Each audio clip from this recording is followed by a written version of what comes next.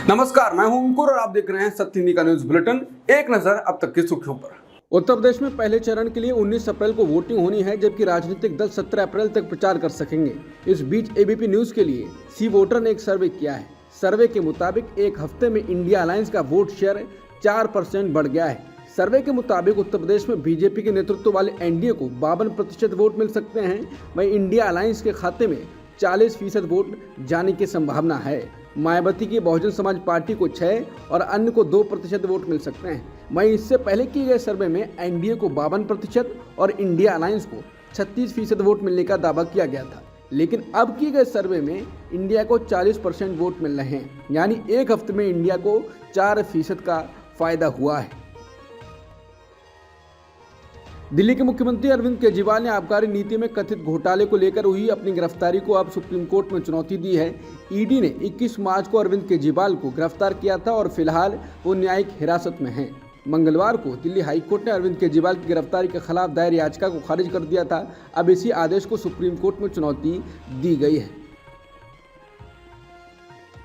मुख्यमंत्री अरविंद केजरीवाल की गिरफ्तारी को लेकर अब आपने सुप्रीम कोर्ट का दरवाजा खटखटाया। वरिष्ठ वकील अभिषेक मनु सिंघवी ने याचिका को तत्काल सूचीबद्ध करने की मांग की।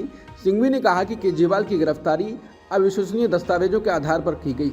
सिंघवी ने कहा कि मैंने तत्काल सूचीकरण के लिए एक ईमेल भेजा है। ये मुख्यमंत्री की गिरफ्तारी है। इस पर सीजेआई चंद्रचूड़ ने कहा, मैं तुरंत इसे देखूंगा। मैं ये सुनिश्चित करता हूँ कि सभी ईमेल पर गौर किया जाए।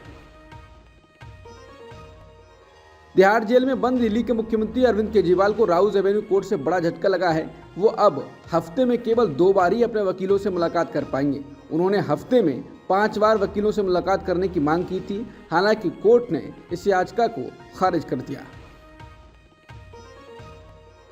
पतंजलि भ्रामक विज्ञापन केस में आज सुप्रीम कोर्ट में सुनवाई हो रही है। वहीं एक दिन पहले यानी 9 अप्रैल को बाबा रामदेव और पतंजलि आयुर्वेद के मैनेजिंग डायरेक्टर आचार्य बालकृष्ण ने नए एफिडेविट फाइल किया, जिसमें पतंजलि ने बिना शर्त माफी मांगते हुए कहा कि इस गलती पर उन्हें खेद है और ऐसा दोबारा नहीं होगा।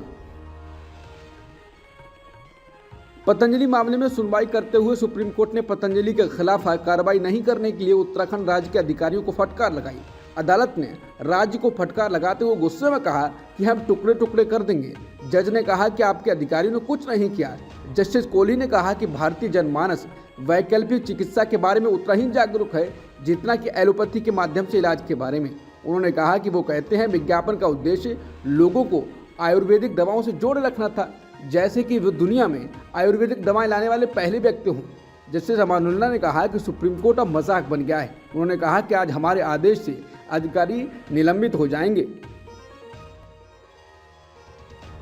पतंजलि पर सुनवाई के दौरान सुप्रीम कोर्ट ने जमकर फटकार लगाई है। जस्टिस कोहली ने डायरेक्टर से कहा कि आपने उन पत्रों पर हस्ताक्षर किए हैं जिनके बारे में हम बात कर रहे हैं, क्या पढ़ा आपने?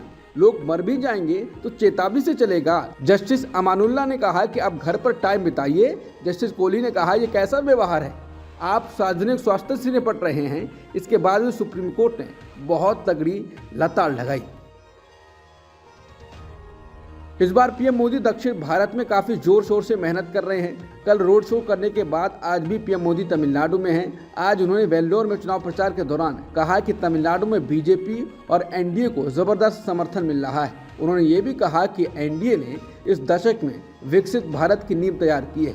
डीएमके पर निशाना साधते हुए उन्होंने कहा कि पार्टी एक पारिवारिक कंपनी है जो अपनी पुरानी मानसिकता से राज्य के युवाओं के विकास में बाधा डाल रही है। उन्होंने कहा कि भ्रष्टाचार पर डीएमके का पहला कॉपीराइट है। पूरा परिवार तमिलनाडु को लूट रहा है। उन्होंने कहा कि डीएमके लोगों को भाषा, क्षेत्र, आस्था के आधार पर बांटती है। केंद्रीय सामाजिक न्याय राज्य मंत्री रामदास अठावले ने उन आरोपों को खारिज कर दिया है कि नरेंद्र मोदी के नेतृत्व वाली एनडीए सरकार संविधान को बदलने की योजना बना रही है। एक प्रमुख दलित नेता और रिपब्लिकन पार्टी ऑफ इंडिया के प्रमुख अठावले ने कहा कि अगर संविधान को बदलने का कोई प्रयास किया गया तो वो इस्तीफा दे देंगे। लोकसभा चुनाव 2024 के लिए वोटिंग से ठीक पहले महाराष्ट्र से बीजेपी और एनडीए के लिए अच्छी खबर सामने आई है।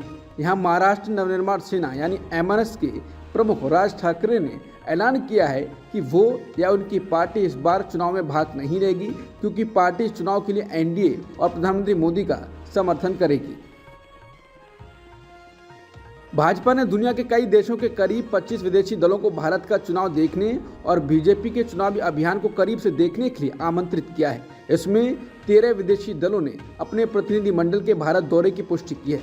अंग्रेजी अखबार द इंडियन एक्सप्रेस की एक रिपोर्ट में भाजपा द्वारा विदेशी दलों को दिए गए इस आमंत्रण के बारे में विस्तार से जानकारी दी गई है।